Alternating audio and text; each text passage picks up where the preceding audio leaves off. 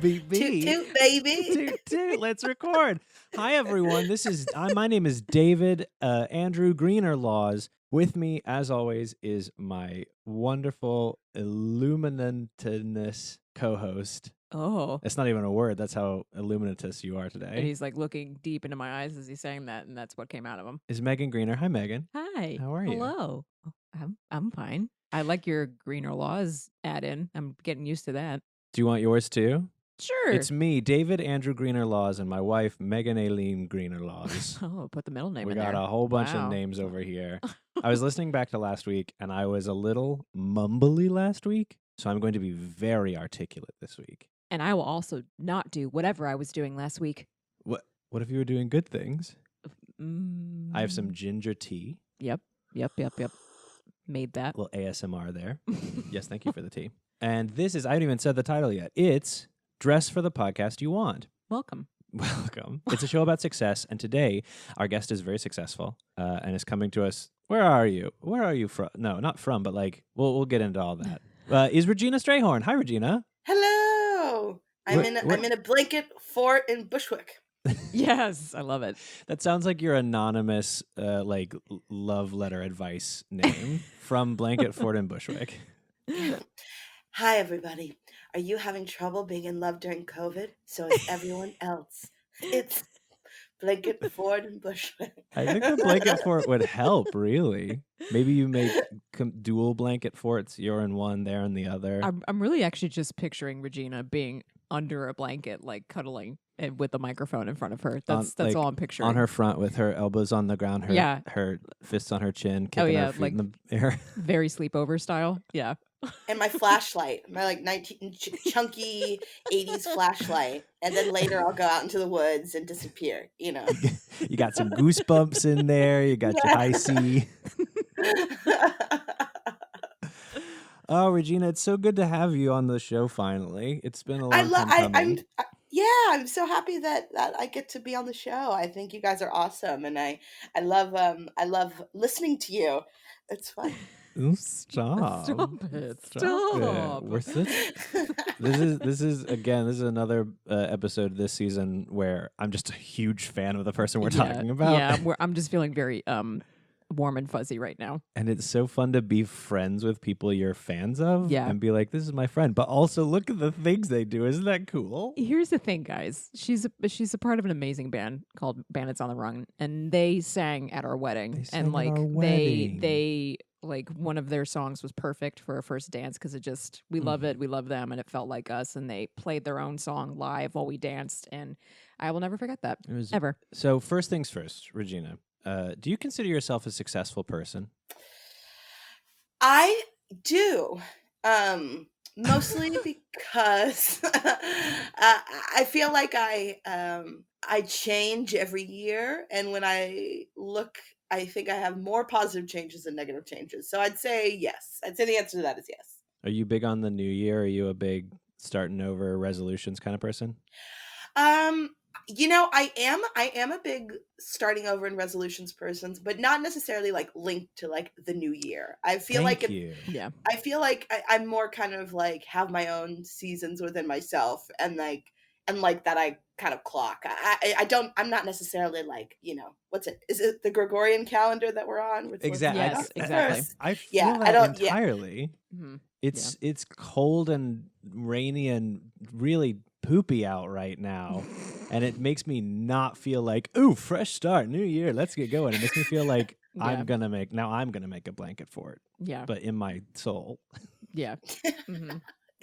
What's your calendar go on? Is it your birthday? Mine's my birthday.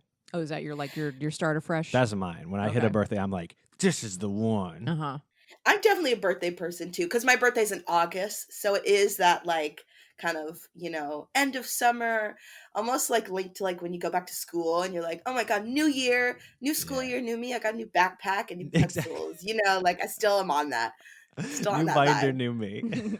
Mm-hmm, mm-hmm. You can tell I was a good student by what I just said. I love it. So we what about you? Oh, sorry. This isn't about us. Were you going to ask if we're successful people? Yes, I was. I'm curious. Is it too early, or just barely in? But I want to know. What do you guys think? We've already answered that question on various episodes of this podcast. You gotta go back and yeah, probably. Oh, I don't remember what I said. All right, Megan, do you consider yourself a successful person? Yes. I think there's more to go, but yes. Great. Yeah, because people are affected by what I do, and I think that in itself it has a that can warrant success. Sure. So. And I definitely think that's very valid in Regina's case. Okay, now Regina, you ask me. David, do you consider yourself successful? No, but that's okay. There's more to come. And that's a tricky question for me, obviously, but that's why I'm not posing it to myself, I'm posing it to you. So one of the things that we do with this question of success is we categorize it in terms of professional success, success in relation to others, and success in relation to yourself. So professionally, first of all, let me ask this. This is a maybe a silly question. Professionally, I mean, you do a lot. You're a musician. Wait, what kind of visual art do? You do like fashion? Yes, I used to. I used to do some styling. But I'm sort of I've come away from that, and I'm actually about to start a new venture into becoming a casting director. I'm really interested in that. So that's like a new page flip.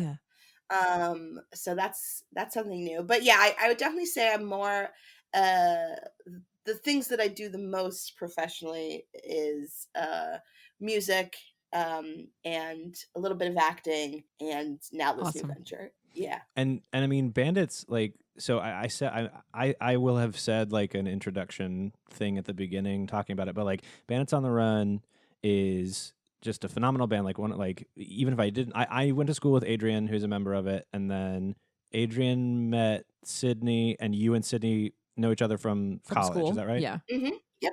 And so, did you obviously you had done music and performing and that kind of stuff before Bandits, but like, can you just talk? I want to. This is for me. This isn't for anybody else. Just like, what was the sort of beginning of Bandits where you were like, oh, this is a real thing. This is like something like part of our living. I think, well, it all happened pretty quickly for me because I moved to New York in February of 2014, and when I moved to New York, I moved in with Sydney, and Adrian was there all the time as well, and we were just started kind of playing music in the living room, and then Adrian said, like, let's go down to the subway, and I never done that before, but it was like my first like week in the city, so I was like, of course, I'll try anything, and I think it was our first time down there.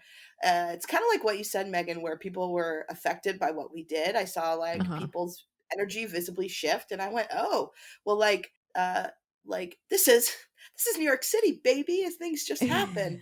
I'm kind of joking, but also it is kind of true. Like sometimes when opportunity just plops itself at your feet, you kind of dumb to not like take it and roll with it. So I think kind of in that first moment, I was like, oh, this is a thing.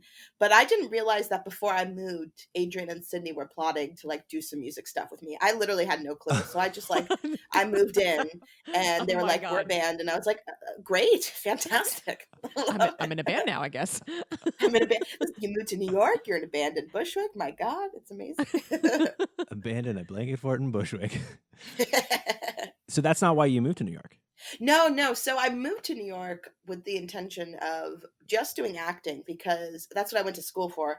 I went to a conservatory in Winston-Salem, North Carolina, called University of North Carolina School of the Arts. Yeah. And then I was in North Carolina for a bit and then moved to New York. And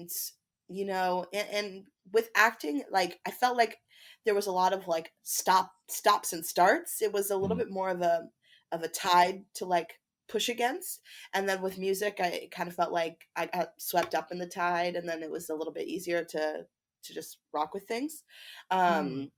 So kind of slowly music became my main deal, But when I first moved to New York, I moved with the intention of being an actor, but I didn't really have kind of a specific vision of what I wanted to do. That was mostly like my training and the sort of lens that I look through like art making with. And then it's applied to a bunch of different things. And now you're going to be a casting director. Yeah. I mean, I hope so. I hope I don't listen to this in a year and be like, whoops. but yeah, I think with this past year, 2020. Oh, it feels so great to say past year, 2020. Mm-hmm. Yeah, it's nice. The late 2020. Yeah, the late 2020. RIH, rest in hell. But I think like, there's nothing like a tumultuous year to take stock of like, what are the things that I feel like are succeeding and what are the things that I feel like could use some more growth. And I sort of realized that I care so much about how stories are told as well as like what stories are told and the lead up and like who's behind the table, like who's producing things, like all the decisions that lead up to, putting a story in front of an audience. Like I was like, I want to be a little bit more involved in like all the pre-production stuff. And so it's a new venture. It feels exciting and also kind of like a big question mark because the art right now is a big question mark. I don't know how we're all going to proceed, but we all want to, so it's going to happen. So we'll see. That really is the landscape. Is like, it's gonna come back.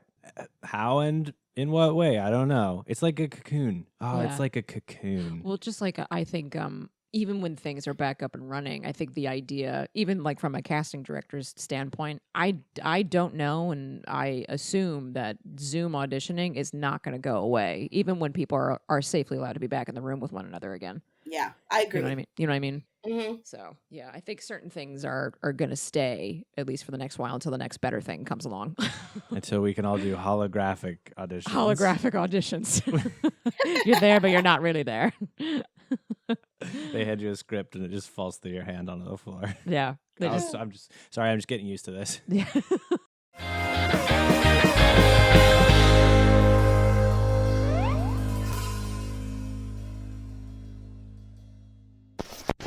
Hosted on dimlywit.com.